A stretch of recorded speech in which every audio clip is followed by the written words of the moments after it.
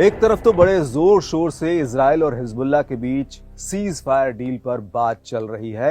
कुछ रिपोर्ट्स में तो यह भी कहा गया है कि इजराइल की सिर्फ एक शर्त को छोड़कर हिजबुल्लाह युद्ध विराम के लिए तैयार भी है, लेकिन दूसरी तरफ दोनों ने एक दूसरे पर हमले भी तेज कर दिए हैं। हेलो दोस्तों, मैं अरविंद योगराज और आज बात होगी इन्हीं खूनी हमलों की और बताएंगे कि कौन किस पर भारी पड़ रहा है। देखिए, अभी हाल ही में इजराइल ने हाइफा समेत गाजा पट्टी और लेबनान के कई इलाकों में भयंकर हमले किए।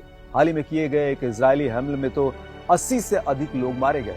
हिजबुल्लाह में भी इजरायली कब्जे वाले कई सैन्य ठिकानों पर हमले कर इजराइल को भारी चोट दी है और अब इजराइल ने फिर एक हमला किया है और इस हमले में भी बड़ी संख्या में लोग मारे गए हैं। हमले के बारे में लेबनान का कहना है कि देश के पूर्वी और दक्षिणी हिस्से में गुरुवार को इजरायली हमलों में 52 लोग मारे गए हैं। स्वास्थ्य मंत्रालय के एक बयान में कहा गया है कि पूर्वी लेबनान के बेका घाटी में बालबेक जिले को निशाना बनाकर किए गए इजरायली दुश्मन के हमलों में 40 लोग मारे गए और 52 लोग घायल हो गए।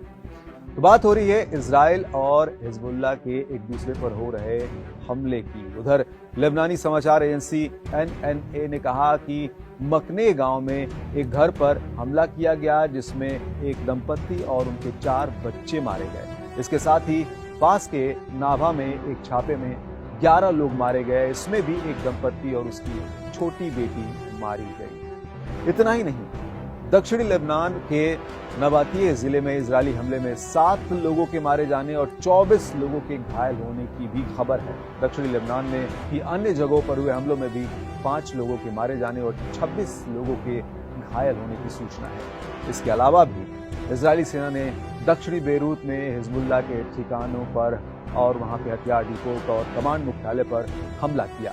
इन हमलों में भी लोग मारे गए और घायल हुए।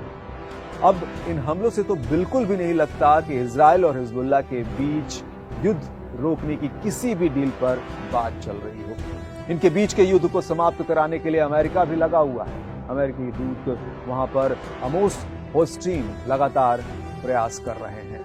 इन प्रयासों के बीच इजराइल और हिजबुल्लाह एक दूसरे को खत्म कर देने में लगे हैं। इजरायली हमलों के जवाब में हिजबुल्लाह ने कहा कि उसके लड़ाकों ने दक्षिणी लेबनान के खियाम शहर में और उसके आसपास के इजरायली सैनिकों को निशाना बनाया है।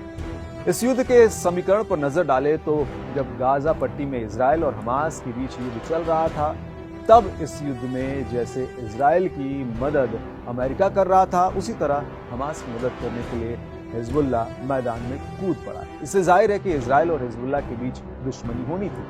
दोनों के बीच दुश्मनी हुई भी और अब ये दुश्मनी इजराइल और हिजबुल्लाह के बीच सीधे हमलों में बदल गई है और ये तो अब ऐसा लग रहा है कि ये वॉर ही इजराइल और हिजबुल्लाह के बीच छिड़ी हुई है। हालांकि युद्ध रोकने की बातों से जुड़ी जो खबरें निकल कर आ रही हैं वो भी विश्व के लिए राहत भरी है, क्योंकि इजराइल और हिजबुल्लाह दोनों डील की लगभग सभी बातों से सहमत भी हैं, लेकिन सिर्फ इजराइल की एक शर्त पर पेंच फंसा हुआ है।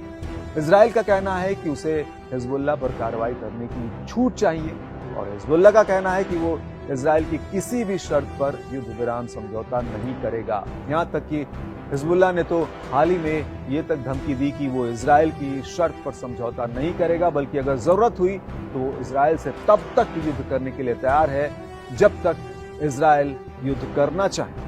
ऐसे में अभी कुछ भी साफ नहीं हो पा रहा है कि क्या इजराइल और हिजबुल्लाह इस बार युद्ध विराम पर सहमत हो जाएंगे या फिर युद्ध और लंबा खिंचेगा।